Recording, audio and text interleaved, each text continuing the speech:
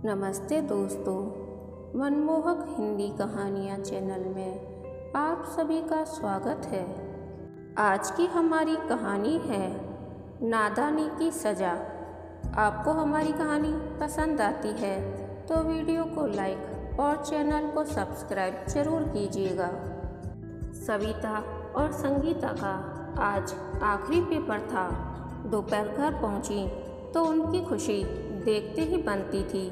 2 महीनों से पढ़ाई और सिर्फ पढ़ाई में व्यस्त थीं। 12वीं कक्षा की पढ़ाई छात्रों के लिए बेहद अहम होती है।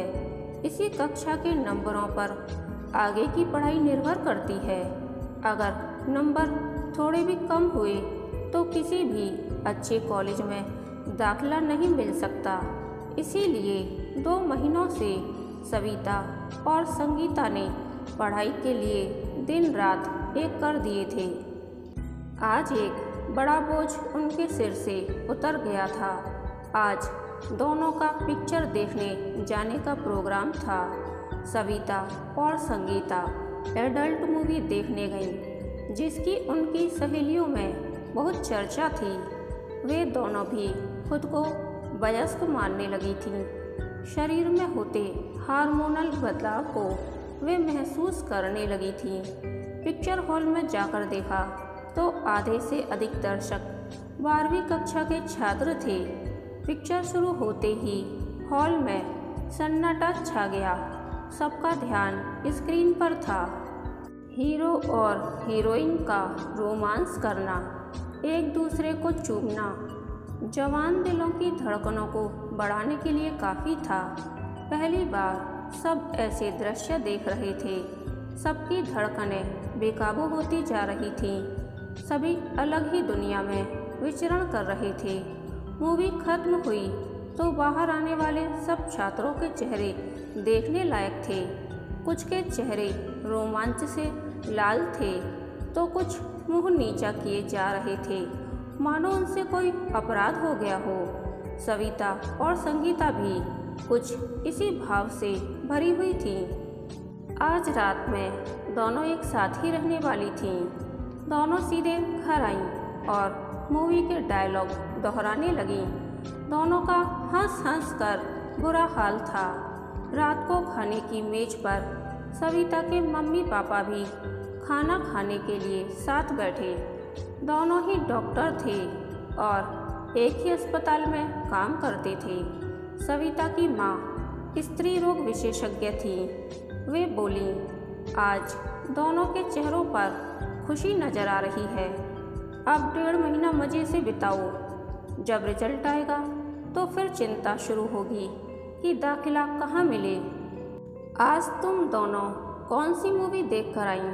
सविता के पिता उमेश ने पूछा। दोनों ने एक दूसरे की ओर देखा और फिर तुरंत किसी दूसरी मूवी का नाम ले दिया। उनका झूठ वे नहीं पकड़ पाए। सविता के मम्मी पापा दोनों ही अपने अपने काम में इतना व्यस्त रहते थे कि अपनी बेटी की हरकतों की ओर उनका ध्यान नहीं जाता था। इसलिए सविता और संगीता की छिपी मुस्कुराहट को वे नहीं देख पाई। रात को संगीता की माँ का फोन आया। संगीता की माँ शहर के एक बहुत बड़े बुटीक की मालकिन थीं और बहुत व्यस्त रहती थीं। संगीता को अच्छी से अच्छी चीज़ें देना ही उनका काम था। संगीता भी अपनी कक्षा की वेल ड्रेड गर्ल के रूप में जानी जाती थी। संगीता के साथ बैठकर उन्होंने कभी बात नहीं की। रात को जब सविता और संगीता सोने लगीं तो उनकी बातों का केंद्र वही मूवी थी। सविता गुनगुना उठी, बस एक सनम चाहिए आशिकी के लिए। सुनकर संगीता ने चुटकी ली, तो फिर एक हसीन सनम ढूंढा जाए। हाँ जरूर, पर सपनों में ही। अगर सच में ढूंढ लिया तो मम्मी डैडी घर से निकाल देंगे। उन्हें कौन बताएगा? उन्हें तो अपने काम से ही फुर्सत नहीं मिलती है। हम थोड़ी बहुत शैतानी कर ही सकते हैं। अगर शैतानी भारी पड़ गई पहले से ही गलत सोचना शुरू कर दिया तो फिर हम कुछ कर ही नहीं पाएंगे। अगर तुझे डर नहीं लगता है तो तू ही शुरू कर ले, मैं दूर बैठी मजा लूँगी। ऐसा नहीं होगा, डूबेंगे तो एक साथ, समझी? हाँ समझ गई मेरी सखी। फिर आगे बोली, अरे सखी सुनते ही मुझे ध्यान आ रहा है कि पेपर शुरू होने से पहले एक डॉक्टर स्कूल में आई थी। उन्होंने सखी नाम की ओरल कॉन्ट्रासेप्टिव पिल के बारे में बताया था। तब तो पढ़ाई का भूत सवार था, इसलिए उस ओर ध्यान नहीं दिया। अब वह पैम्पलेट लाकर पढ़ते हैं, मैंने अपनी हिंदी की किताब में रखा था, कहकर सविता झट से उसे निकाल लाई। ज़्यादा उड़ने की कोशिश मत कर, वे सब तो शादी के बाद की बातें हैं। अभी वैसा सोचा तो बहुत मार पड़ेगी। तू तो बस डरती ही रहती है, जिंदगी का मज़ा क्या बुढ़ापे में उठाएगी? कहकर वह सखी का विज्ञापन पढ़ने लगी। उसमें लिखा था, जब तक चाहें बच्चा ना पाएं और 2 बच्चों में अंतर रखने का सरल उपाय। हमें तो बस एक सनम चाहिए आशिकी के लिए, इस आशिकी में सखी ही काम आएगी, समझी मेरी सखी? वह गुनगुनाते हुए बोली, बस कर, तेरी मम्मी को पता चल गया तो गजब हो जाएगा। तूने आरुषि वाली खबर तो पेपर में ज़रूर पढ़ी होगी कि माँ बाप ने ही आशिक मिजाज बेटी की हत्या कर दी। अपना उपदेश अपने पास रख, मुझे तो एक अदद सनम चाहिए। दोनों बातें करती करती नींद के आगोश में चली गईं। दूसरे दिन जब सुबह उठी तो भी उनके दिमाग में वही मूवी घूम रही थी। दोनों की आपस में छेड़छाड़ जारी थी। सविता बोली, तुझे कैसा सनम चाहिए, पहले तू बता। अक्षय कुमार जैसा। मुझे तो संजीव कुमार जैसा चाहिए। तुझे सनम चाहिए या पापा? सनम ऐसा हो जिसके साथ मैं सुरक्षित महसूस करूं। एक से दूसरे फूल पर उड़ने वाला नहीं चाहिए।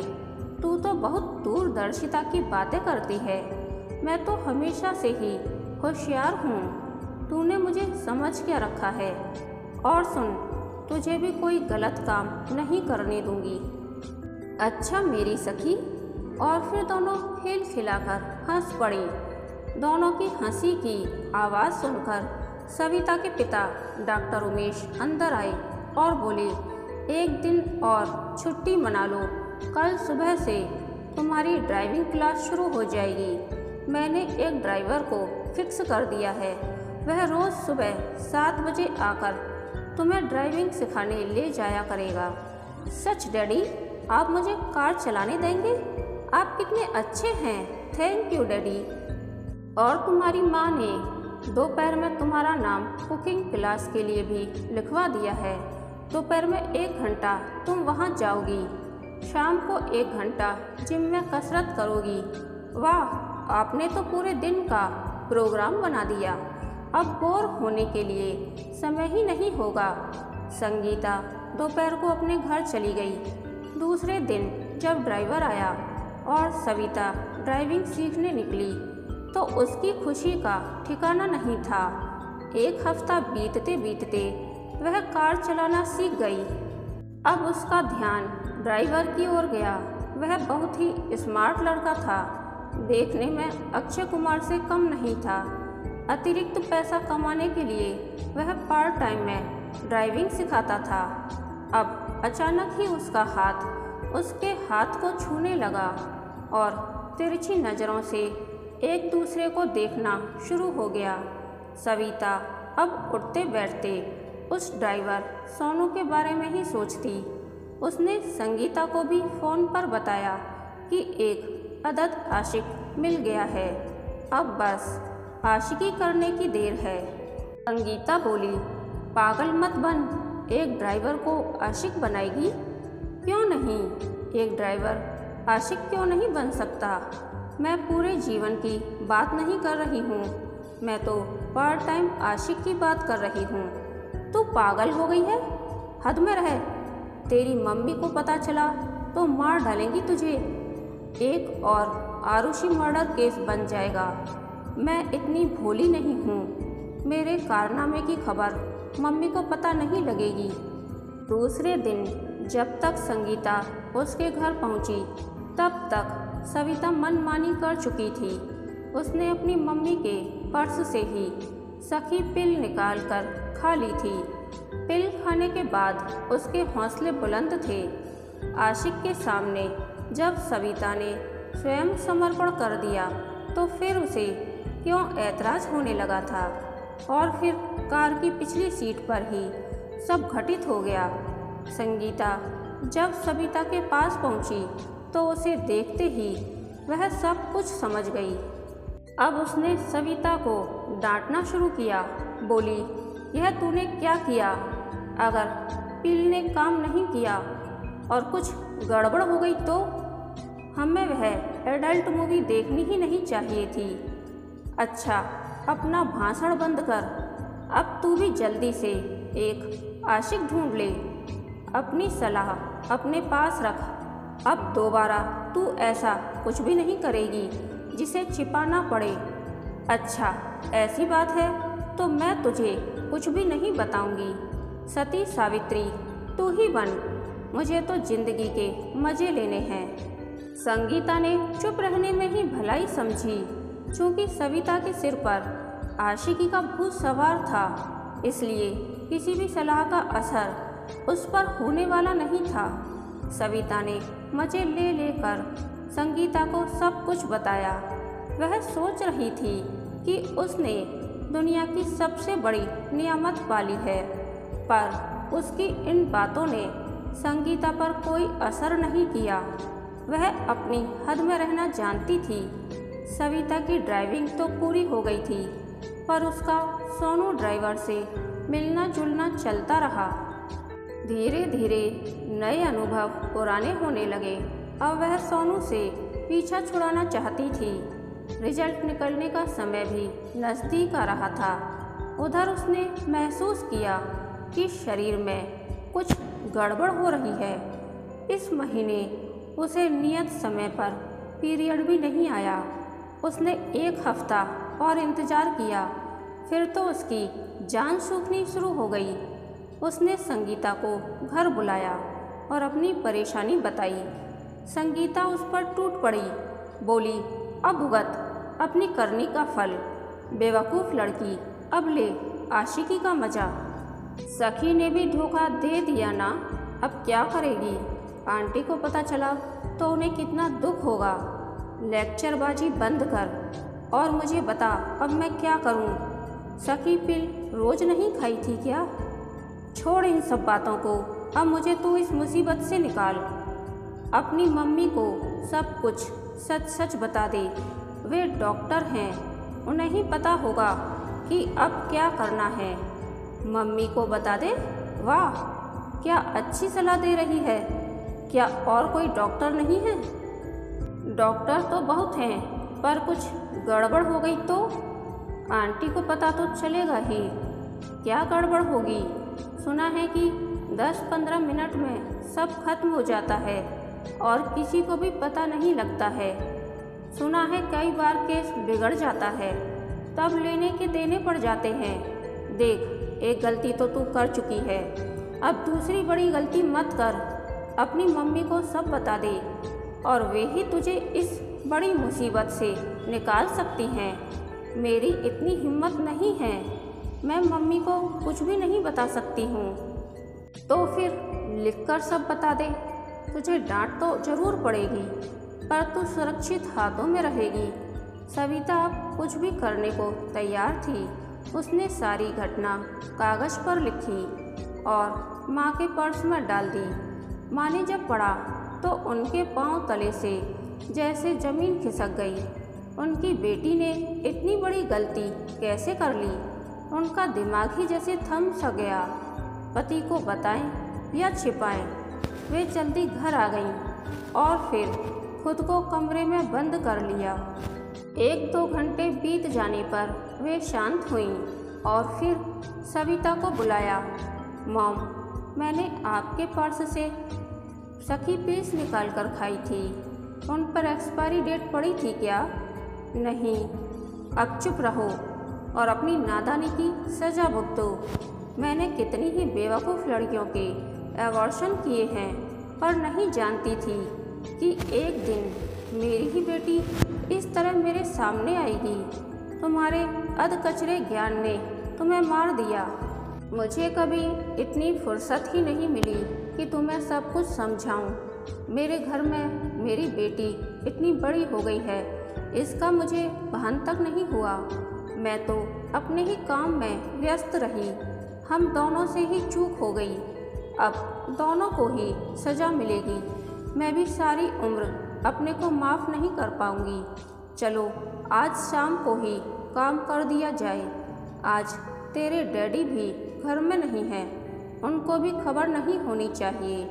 तेरे पल भर के मज़े ने तुझे डुबो दिया।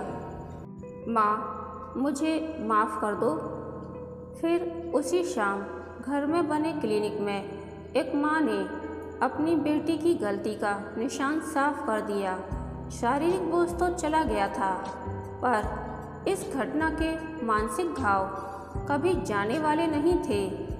बिना उचित जानकारी के अच्छी औषधि भी जहर बन सकती है।